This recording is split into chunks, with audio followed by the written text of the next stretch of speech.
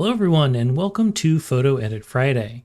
Today I've got a really lovely photo that I just got super lucky with. I happened to be in my car of all places, taking a break, eating some chips in the middle of going out on a shoot, and I had this blue grosbeak land on a branch right outside of the window of my car. Of course, cars can sometimes act as wonderful bird blinds, and so I was able to grab my Z9, my 500 PF, and take this shot right outside of my car window. So after hiking for several hours and really seeing nothing, I think that this is the kind of luck that makes me chuckle. But I like the image, and I think we can do something with it, so we're going to try to edit it together today. If you've never seen Photo Edit Fridays before, just a few quick notes. One, I do edit in Capture One, but the techniques and the concepts that I'll go through can work in Lightroom, Photoshop, or really any of your photo editing softwares of choice. The second thing is that editing photos is a very personal and artistic choice and preference, and so I'm not going to show you the right way to do things. I'm just going to show you the way that I would edit them, and I hope that by comparing or contrasting with my style, you'll learn to develop your own style. So with that all said, let's jump into this edit. And the first thing I notice when I look at this is that the bird is on a horizontal branch with a fork at the top, and there's a lot of movement from top to bottom in this image. And below the grosbeak is this semicircle of grass that sort of forms a natural frame around the bird. And so I like the natural layout grid of this image as is. One thing I don't like is there is this distracting red piece of grass in the image. So we'll see if we could do something with that. But the first thing I want to do is, I think I'm going to crop this. I'm going to crop this to a 3x4, and I think maybe put the grosbeak's head sort of at the corner of these rule of third lines in this grid. And I know it kind of gets rid of the semicircle a little bit. It's subtle, but the semicircle of grass. But I think the more dominant motion in the image is this stick. So I like this, and I'm going to go ahead and do my patented steps that I would normally do in every image, which I'll talk you through, which is to add a filled layer, and I apply a preset that raises the exposure a little bit and lowers the whites and the blacks, and then it does an ever so slight S-curve to the RGB channel and the red channel just to tweak some of the, again, exposures and colors. So you can kind of toggle that before and after, and you can see there are some slight tweaks. I do like, if you look at the before and after on the bird, how there's just a little bit more contrast, a little bit more exposure. So it's a good starting point, and actually with this image, I am going to increase the exposure a little bit more because I don't think the default base setting is quite enough. And that's also because to emphasize or to support this sort of semicircle that's now mostly cropped out, I am going to add a radial gradient mask and vignette on to the grosbeak. And you can hit the M key in Capture One to see a preview of your mask, and anything in red is going to be affected, and you'll notice there's this gentle gradient to the area that's not affected.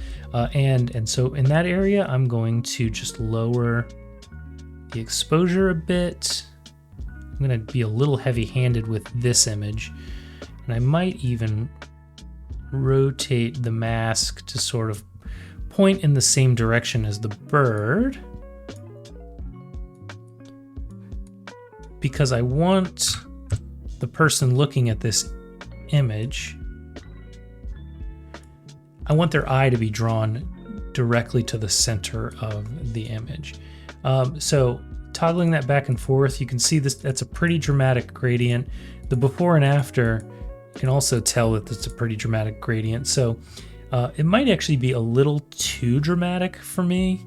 So let's shrink the circle insides and expand the outsides as much as possible just to make this as gentle of a gradient as possible. And then I also am going to just lower the opacity a little bit on the image to make it a little more subtle. So now when I'm clicking back and forth, there's a gentle gradient. I also don't love the color green in this image, so we're going to do the same trick we've done in a few videos before, where I apply a filled adjustment mask, and I'm going to bring down all of the colors in the image until it's completely in grayscale. And one thing that I also like to do that I haven't mentioned before while I'm looking at the image in grayscale is I like to look at the exposure and contrast a little bit just to make sure it looks good in black and white. If it looks good in black and white, there's a good chance that it will look good in color. So we'll come back to the colors in just a second, but I think this looks really good. The bird, you can tell, stands out very much from the background, and there's some really nice contrast. One area we could play with, though, is I'm going to use a tool here called a draw mask to paint on a mask. You can increase and decrease the size here. And I want to only affect the iris of the bird. For this, let's bring up the contrast a little bit, the exposure a little bit, shadows a little bit, and then I'll create one more draw mask, but just for the iris. And for this, I like to lower the exposure and increase the contrast, and it just helps. See the before. It just helps after you play with the opacity a little bit to make it blend very well. It helps to make the eye very much the focal point and reduces some of the shiny glare from the sky. So again, this is the before, this is the after. But yeah, it looks good. Not much to adjust here. And now I think we're ready to bring our colors back. So no Blue Grosbeak would be complete without blue. And so look at that lovely color. I'm gonna, again, oversaturate it just a little. Please don't be this person that drags the saturation slider all the way to the max. This actually kind of looks like an indigo bunting, honestly. But I'm just gonna go a little bit over the 0 here, maybe to 8 or 9, to make it really pop. And just looking at the before and after, it doesn't look too far off from the reality. The secondary color on this bird is orange, so again, same dealio. I'm gonna saturate the accent color, and I like how this looks. Now the green is what I really want to play with, because I think the green was just a little too. I don't like the hue. Let me just say that. So I'm not going to saturate this all the way, and I'm going to try bringing the lightness down and shifting the hue and the saturation until it looks less bright and distracting.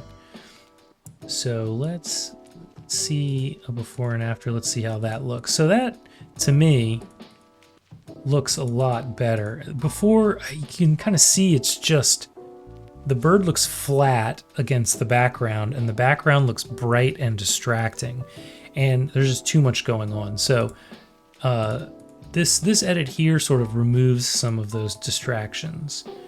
Let's see if there are any yellows in this image. I do see some, so we'll leave those in. They're not too distracting. And let's look at cyan.